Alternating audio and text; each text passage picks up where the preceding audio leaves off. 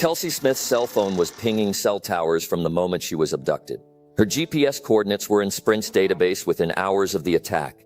Police knew this. Her family knew this. They asked Sprint for the data the same night she disappeared. Sprint said they needed a formal legal request.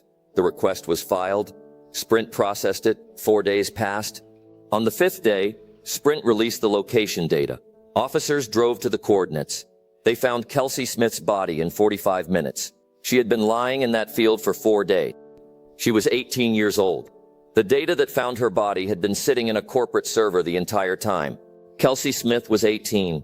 She lived in Overland Park, Kansas, a suburb south of Kansas City, and had just graduated from high school.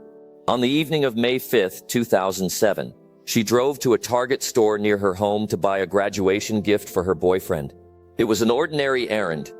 She was inside the store for only a few minutes. Security cameras recorded everything that happened next. A young woman moving through aisles, a checkout line, the automatic doors swinging open, and then the figure who followed her out into the parking lot. Those images are the mundane prelude to a sequence that would end in a courtroom and in legislation bearing her name. Target's surveillance system captured the full sequence. A man later identified as Edwin Hall, 26 years old, followed Kelsey through the store and into the parking lot. He forced her into her own vehicle at gunpoint. A witness in the parking lot saw Kelsey being forced into the car and called 911. Police responded quickly. They found Kelsey's car still in the Target lot, engine running, her belongings inside. She was gone. The witness's call was the last reliable information investigators had about where Kelsey was.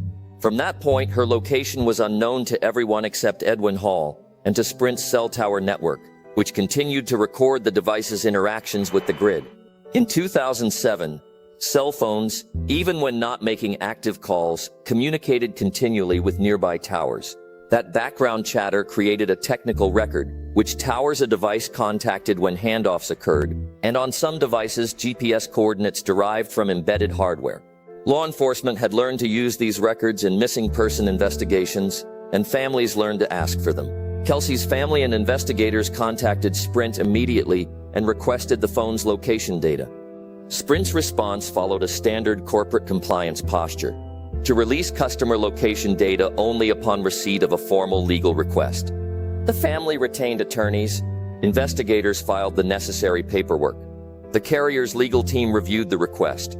The clock moved at the speed of policy and procedure. May 5th, May 6th, May 7th, May 8th.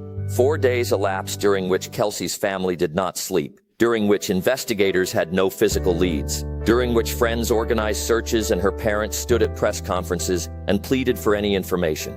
Edwin Hall had murdered Kelsey within hours of the abduction and left her body in a wooded area less than 25 miles from where he had taken her. She was there the entire time. Her phone had been there. The signal had been recorded. And for 4 days, the company that held the record processed a legal request through normal channels designed for a peacetime cadence rather than for the urgency of a life or death search. On May 9, 2007, Sprint provided Kelsey Smith's GPS location data to law enforcement. Officers drove to the coordinates indicated by the carrier's records and entered wooded terrain in Johnson County, Kansas. 45 minutes after they began searching, they found her body. The coordinates were accurate. They pointed directly to where she had been left. The gap between the moment of her abduction and the discovery of her body was not a failure of investigative skill. It was a failure of timing. The technology that could have shortened the search and perhaps changed the outcome had been withheld by the procedural requirements that govern access to corporate data. Edwin Hall was arrested on May 18, 2007, 13 days after Kelsey's abduction. DNA evidence linked him to the crime. He had no prior criminal convictions, and yet investigators discovered evidence at his residence consistent with planning and predatory behavior. Hall was tried, convicted of first-degree murder, and sentenced to death in Kansas. He remains on death row. The criminal case produced a legal resolution for the person who committed the act, but it did not erase the systemic question left in the wake of the case. How did 4 days of delay in accessing pinpoint location data occur? And what would it cost in other circumstances where time is the determining factor between life and death? Kelsey's parents, Greg and Missy Smith, refused to let the administrative inertia that governed corporate behavior during their daughter's disappearance stand as the final judgment on what was acceptable. They testified before legislatures, organized advocacy efforts, and used the record of Sprint's inaction as evidence of a consequential gap between emergency needs and corporate procedure. Their effort reframed a procedural delay as a public policy hazard. The result was legislation designed to impose a new operational tempo, a legal requirement that wireless carriers provide location data within a compressed time frame, when investigators establish that a life may be in danger. In 2009, the Kansas legislature passed what became known as the Kelsey Smith Act. The law required wireless carriers to provide GPS location data to law enforcement within 2 hours of a request when a life-threatening emergency had been established. That 2-hour window was a direct legislative response to the 4 days that separated Sprint's receipt of the legal request from its compliance.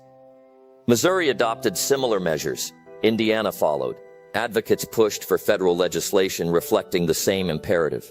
The wireless industry objected to aspects of the rules, citing concerns about privacy, liability exposure, and operational feasibility. Legislators passed the laws notwithstanding those objections. The Smith family had watched their daughter's location sit in a corporate database while search parties walked through parks.